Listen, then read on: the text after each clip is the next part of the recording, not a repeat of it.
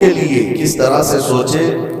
ایسا نہیں ہے کہ تم اپنی عقل کے پردوں کو یا اپنے دماغ کے گھوڑے کو دوڑاتے رہو، جو چاہے من میں آئے جس کے بارے میں سب سوچتے رہو.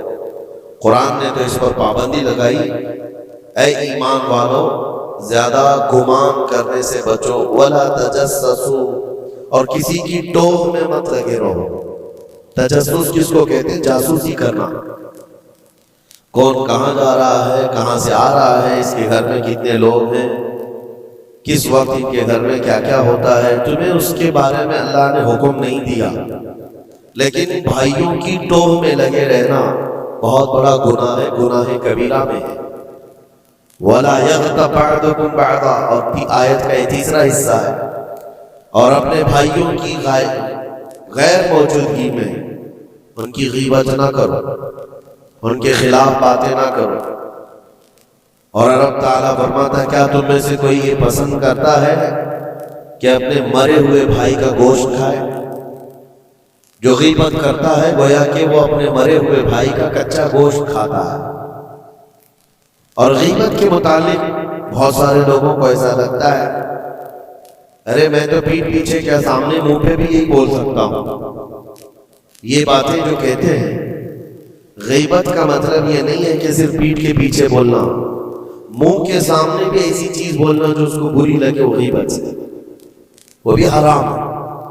یہ تین چیزیں اس آیت کے اندر ہیں. ایک بدگمانی کرنا، دوسرے جاسوسی کرنا، اور تیسرے غیبت کرنا. اس کے اوپر اگر میں گفتگو کروں بہت طویل ہو جائے گا، لیکن یہ پورے معاشرے کے لیے زہر ہلال ہے، زہر قاتل ہے.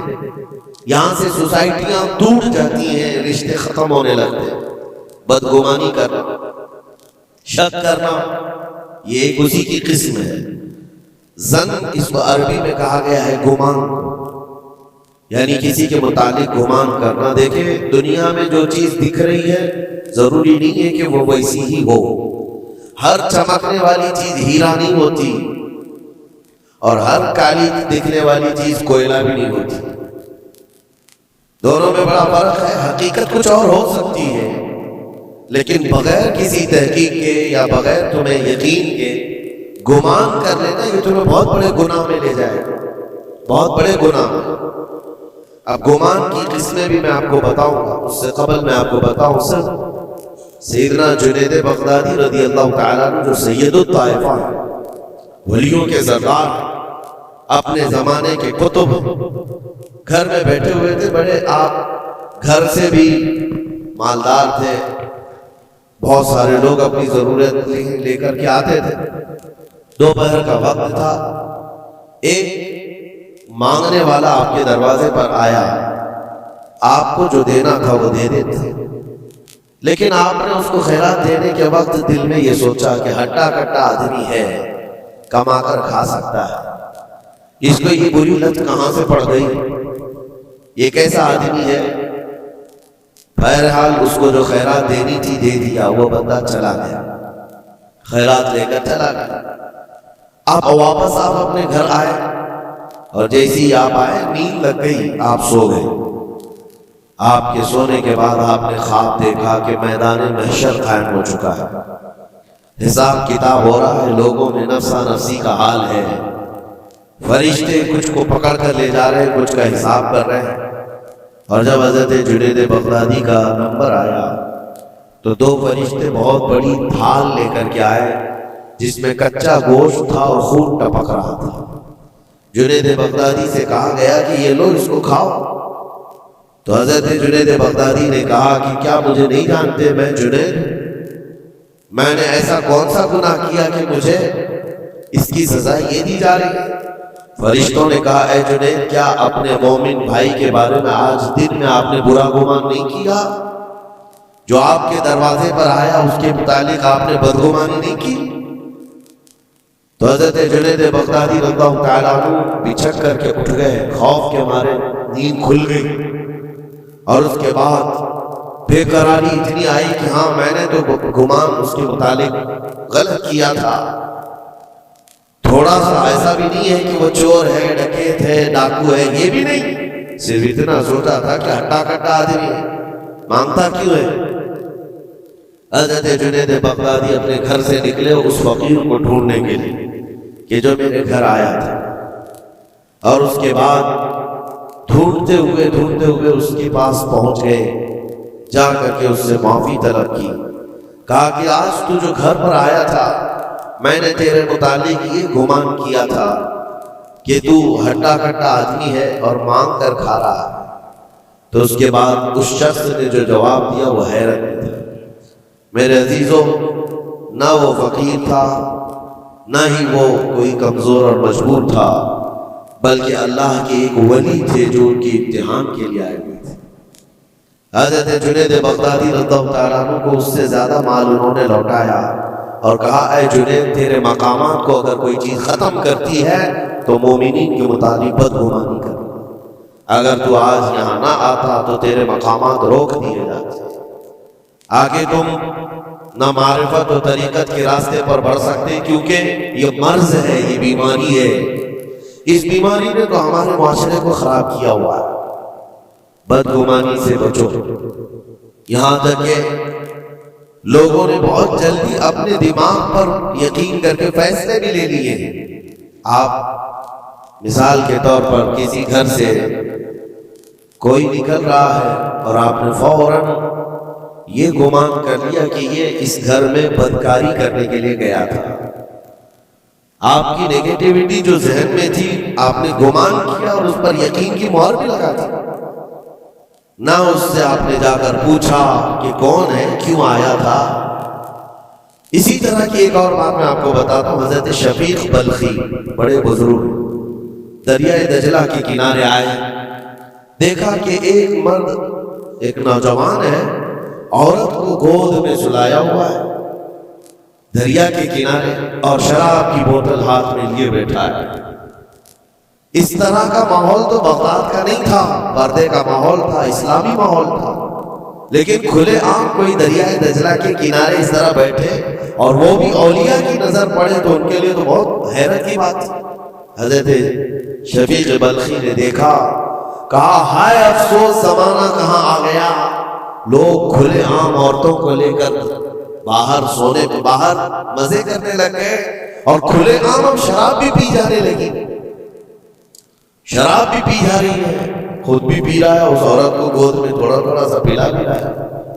حضرت شفیق بلخی نے کہا کہ بہت سخت حالات ہو گئے بغداد میں، اتنی عیاشیاں میں پہلی مرتبہ دیکھا۔ اسی اثنا میں ایک کشتی دریائے دجلہ میں ہچکولے کھاتی ہوئی آ رہی تھی اور اس کشتی کا بیلنس بگڑا ہوا تھا، وہ آگے بڑھ نہیں پا رہی تھی۔ ادھر ادھر کرتے کرتے اچانک وہ کشتی پلٹ گئی، اس میں 10 لوگ سوار تھے، سب کے سب دریا میں ڈوب گئے۔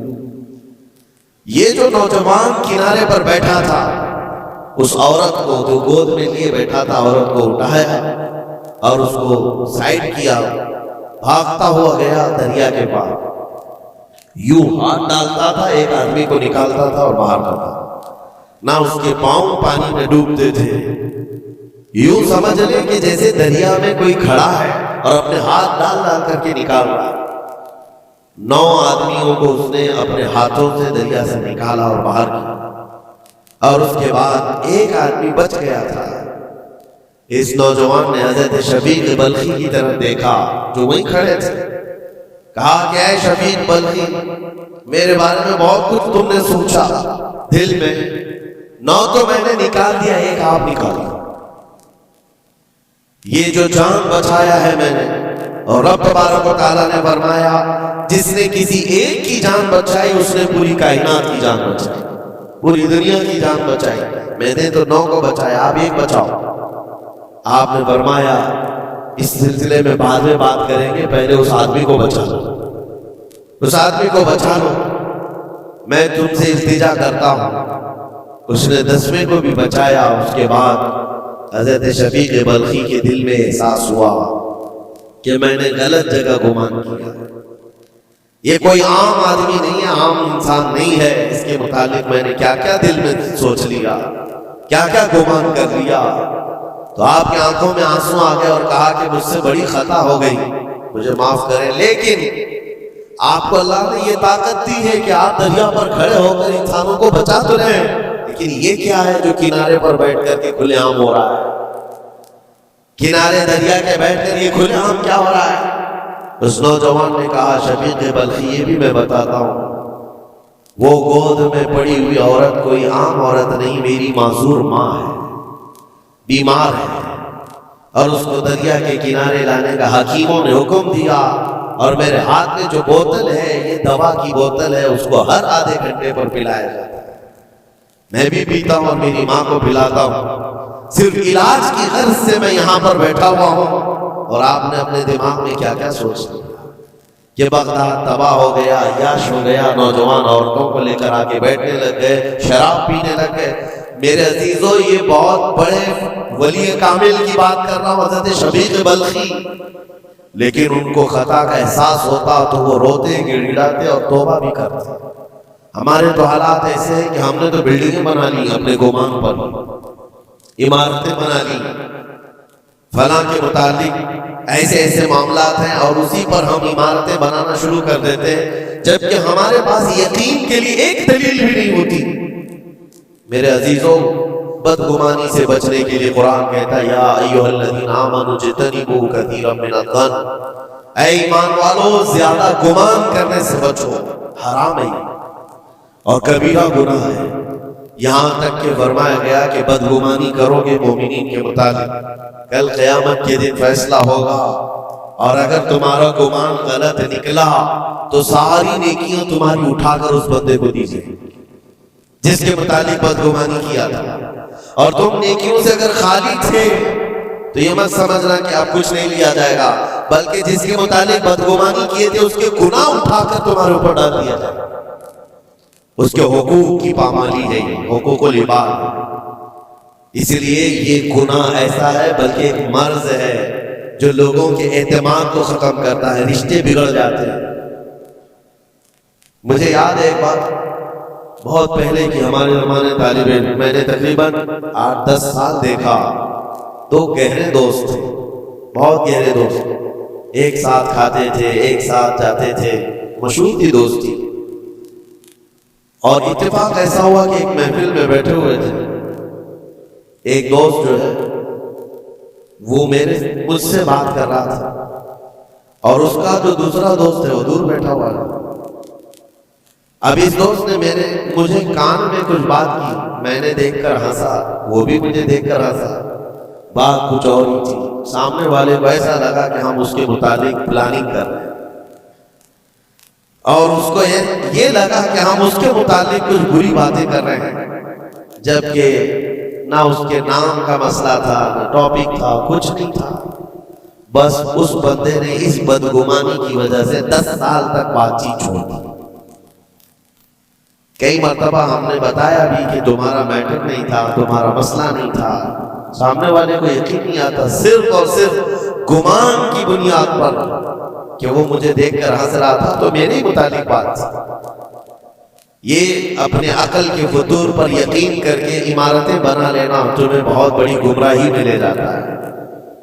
کئی مرتبہ ایسا ہوتا ہے کہ دھوکہ کھا جاؤ گے۔ اسی سورہ حجرات کی ایک اور آیت میں بتاؤں آپ، اللہ کریم فرماتا ہے یا ایھا الذین آمنوا ان جاءکم فاسق بنبأ فتبینوا ان تصیبوا قوما بجہالۃ فتصبحوا علی ما فعلتم نادمین۔ یہ بدگمانی کرنے کا ایک اور ذریعہ ہے، ایک راستہ ہے۔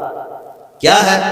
اللہ فرماتا ہے جب تمہارے پاس کوئی فاسق آدمی خبر لے کر کے آئے گا تو اس کی تحقیق کر لو، یہ اللہ کا حکم ہے۔ کوئی فاسق آدمی، فاسق کون ہے اس کی مثالیں آپ کو مل جائیں گی، جو کھلے عام گناہ کرتا ہے وہ فاسق ہے۔ فاسق آدمی جب تمہارے پاس خبر لے کر کے آئے تو رب فرماتا ہے اس کی تحقیق کر لو، ورنہ یہ ہوگا کہ انجانے میں تم کو شرمندگی اٹھانی پڑے گی، تم اپنے کیے پر بعد میں پچھتاؤ گے، الا ما فعلتم نادمین، تم شرمندہ ہو جاؤ گے۔ اکثر ایسا ہوتا ہے کہ کوئی خبر لے کر کے تمہارے پاس آیا، اور آج کے زمانے کا بڑا فاسق یہ واٹس ایپ ہے، یہ بڑا فاسق ہے، اس کی باتوں پر کون یقین کرے؟ میرے عزیزوں، لوگ تو صرف ایک دوسرے کی ایڈٹ کی ہوئی تصویروں کو دیکھ کر کے ایمان لے آ جاتے ہیں. ہے نا, ایسا حقیقت ہے. واٹس ایپ یونیورسٹی کے فارغین تو ابھی زمانے میں بہت ہیں, ان کی نالج صرف اور صرف اسی سے ہے, انٹرنیٹ سے, واٹس ایپ سے. جبکہ ان کی تحقیقات پر اگر لگ جائیں تو اصل وجود میں کچھ ہے ہی نہیں. اسی لیے میرے عزیزوں, بدگمانی کرنے سے بچو, بدگمانی کرنے سے بچو. جس کی اصل ہی نہ ہو اس چیز کے پھیلانے کا ہم سبب بن جاتے ہیں کئی مرتبہ. اللہ کریم ہمیں اس بلائے عظیم سے محفوظ رکھے. مجھے ایک بات یاد آتی ہے, میں نے پڑھا تھا ٹرین میں ایک آدمی سفر کر رہا ہے اور اس کے ساتھ 3 بچے ہیں. بڑے بیٹے کی عمر 7 سال کی, دوسرے بیٹے کی عمر 5 سال کی, تیسرے کی 3 سال کی. چھوٹے بچے 7, 5 اور 3 سال کی عمر کے بچے. اب وہ بندہ جب ٹرین میں سفر کر رہا ہو 3 بچوں کو لے کر کے, اور جب بیٹھا ہوا ہے ٹرین میں, کوئی بڑا ادھر سے کودتا ہے, کوئی ادھر سے اچھلتا ہے. یہ تینوں اچھل کود ایسی مچائے ہوئے ہیں کہ اس مسافر کا آرام اور سکون غارت ہو گیا ہے.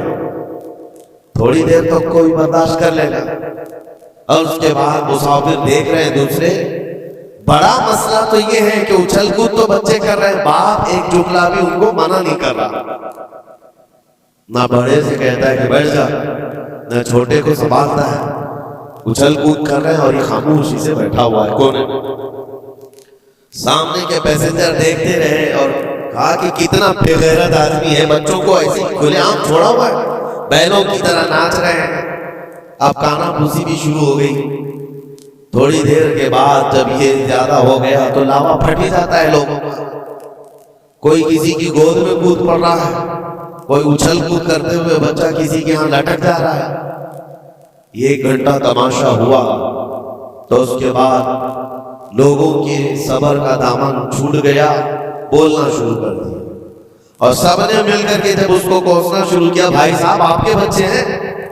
اس نے کہا میرے بچے ہیں. کہا کچھ تو تمیز سکھاؤ, سفر کے آداب تو بتاؤ.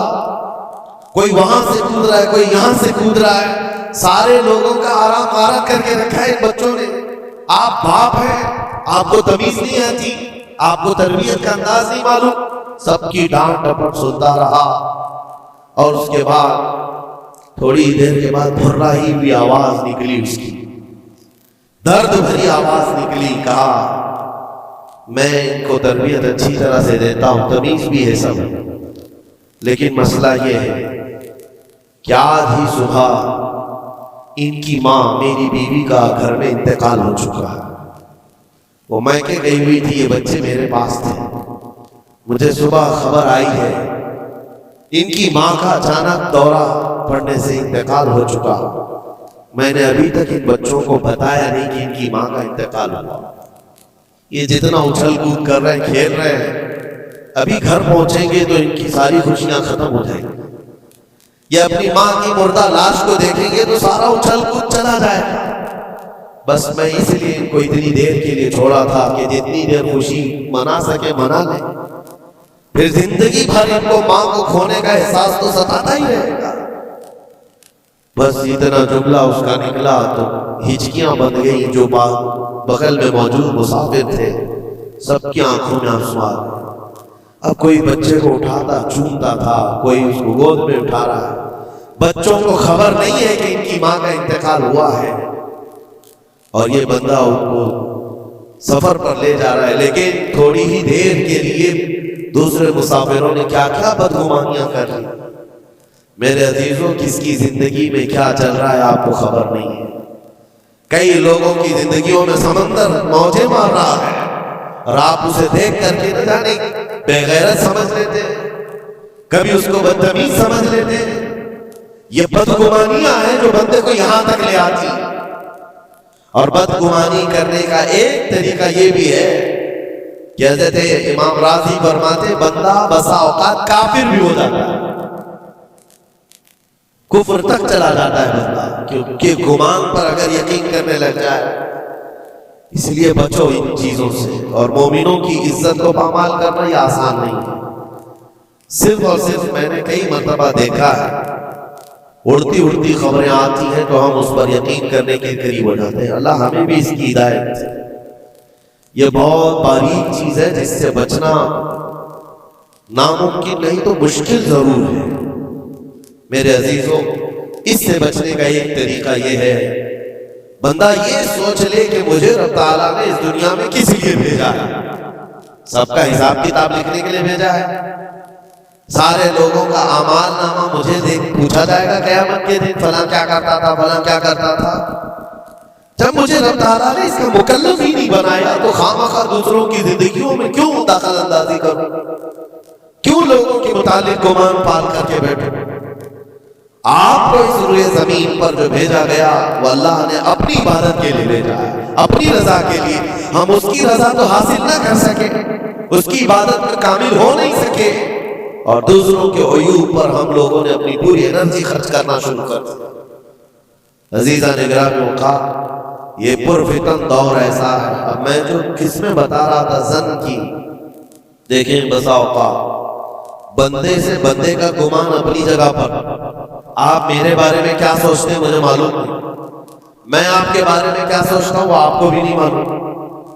یہ تو بندوں کا گمان ہے، لیکن بندہ رب سے جو گمان رکھتا ہے یہ بھی بہت بڑا مسئلہ ہے، بہت بڑا مسئلہ ہے۔ اس کو آسان نہ سمجھے۔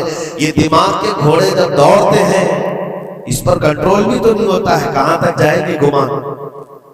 مسلم شریف کی حدیث ہے، میرے آقا صلی اللہ تعالیٰ علیہ وسلم فرماتے ہیں شیطان تمہارے پاس آتا ہے گمان کے راستے سے، تم سوچنے لگتے ہو آسمان کو کس نے بنایا، یہ سوچ ہی تو ہے، تمہارا دل جواب دیتا اللہ نے بنایا۔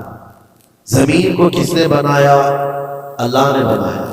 چیزیں سوچتے جاتے ہو اس سے پہلے کیا تھا، اس سے پہلے کیا تھا، اس سے پہلے کیا تھا، اور یہ جب دماغ کے گھوڑے دوڑنے لگے تم نے اس کو نکیل نہیں تھامی تو یہ لے کر کے جاتا ہے دماغ، آخر میں یہ گمان ڈالتا ہے پھر اللہ سے پہلے کیا تھا، یا پھر اللہ کو کس نے بنایا۔ یہاں آ کر کے تمہاری ایمان پر ڈاکہ پڑ جاتا ہے اور تم شش و پنج میں رہ جاتے ہو۔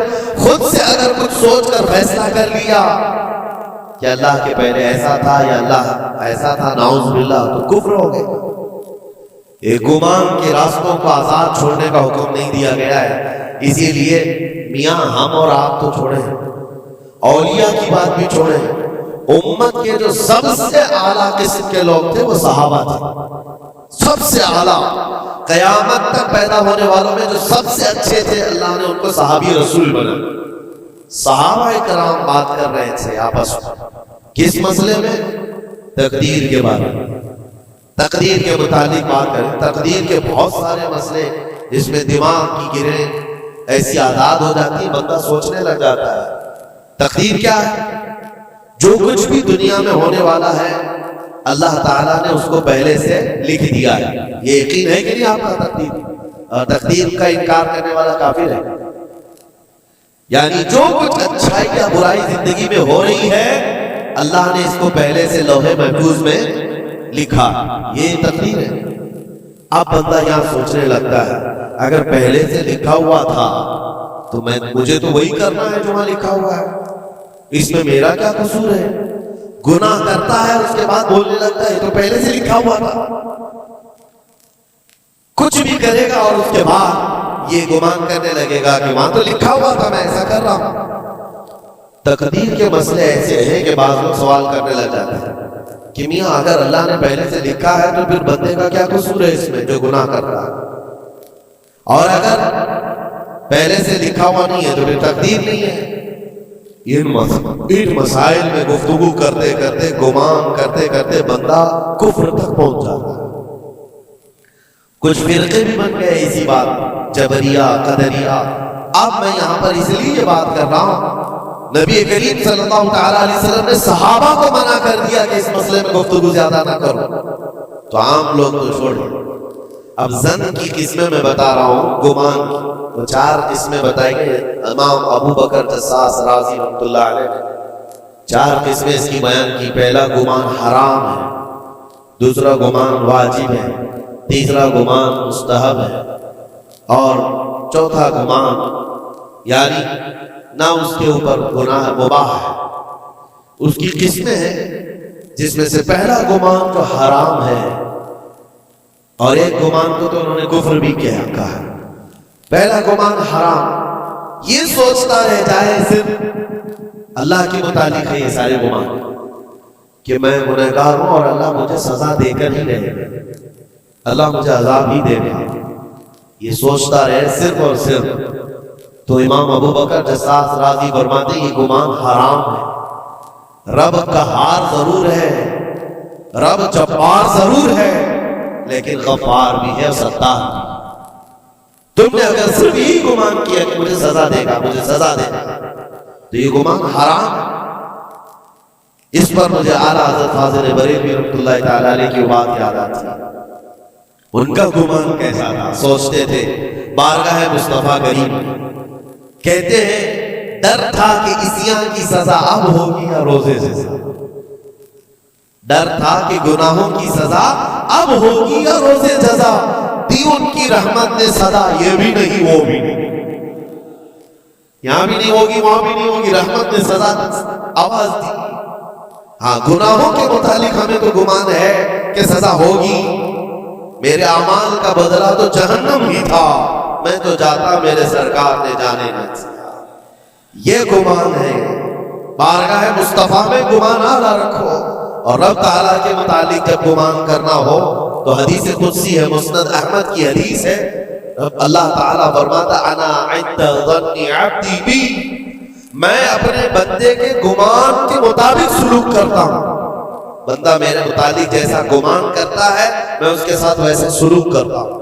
اب تمہارا ہے یہ تمہاری مرضی ہے. اور حدیث کا آگے کا ٹکڑا بھی ہے فَلْيَظُنُّ مَا شَاءَ بِي، بندہ جو چاہے میرے بارے میں گمان کر لے. تم سخت قسم کا خدا گمان کر کے بیٹھے ہو، سختیوں کا سلوک ہو جائے. اسی لیے میں نے اس سے قبل بھی ایک بار کہا تھا، جب کسی کے گھر میں انتقال ہوتا ہے فرشتے آ جاتے ہیں، مرے ہوئے انسان کو اٹھانے سے پہلے تک وہ گھر والوں کو سب دیکھتے رہتے کون کیا کیا بول رہا ہے، اور اس کی ساری رپورٹ لے جا کر بارگاہ رب العزت میں عرض کرتے ہیں. اللہ تعالیٰ پوچھتا ہے فرشتوں سے آج اس گھر میں ایک جان کو ہم نے لیا، وہ لوگ میرے متعلق کیا گمان کر رہے تھے، کیا سوچ رہے تھے اور کیا کہہ رہے تھے. فرشتے کہتے ہیں اے مولا فلاں کہہ رہا تھا کہ میرے گھر پر بڑا ظلم ہو گیا، میرا عزیز بچہ لے لیا، میرے گھر پر ایسی چیز آفت آ گئی. سب باتیں تو رب تبارک و تعالیٰ فرماتا ہے فرشتوں گواہ ہو جاؤ، انہوں نے جیسا میرے متعلق گمان کیا میں ان کے ساتھ ویسا سلوک کروں گا، دنیا میں بھی اور آخرت میں بھی. اور پھر کسی گھر سے فرشتے جاتے ہیں جو نیک لوگوں کا ہوگا، رب تعالیٰ پوچھتا ہے یہاں کیا کہا جا رہا تھا میرے متعلق، کیا سوچا جا رہا تھا. فرشتے کہتے ہیں مولا ان کے گھر پر بڑی غم کی بات تھی، بڑی مصیبت تھی، ان کے باپ کا انتقال تھا، لیکن ہر کوئی کہہ رہا تھا انا للہ و انا الیہ راجعون، ہم اللہ کے لیے ہیں اور اللہ ہی کی طرف لوٹنے والے ہیں. رب تعالیٰ فرماتا ہے فرشتوں تم گواہ ہو جاؤ، اس سے بہتر ان کو نعم البدل دنیا میں دوں گا اور اس سے بہتر آخرت میں عطا کروں گا. تو اللہ کریم کے بارے میں گمان کیا رکھنا ہے، یہ بھی غور و فکر کے ساتھ. یہ ظن حرام سے بچو، ظن کفر سے بچو، اور ظن واجب ہے ایک جو فقہ کے مسئلے ہیں. یہ احادیث جس کو ظنی احکام کہا جاتا ہے وہ سب یہاں پر ڈسکس کریں تو آپ کے اوپر سے باؤنس چلا جائے. اور مومنین کے متعلق مستحب ہے، اچھا گمان کرنا ہر ایک کے متعلق مستحب ہے. اور مباح جس کو کہا گیا ہے وہ ایسا ہے کہ آپ کے بلا اختیار کچھ گمان آیا ہے، آپ نے سوچا نہیں، یہ مباح ہے.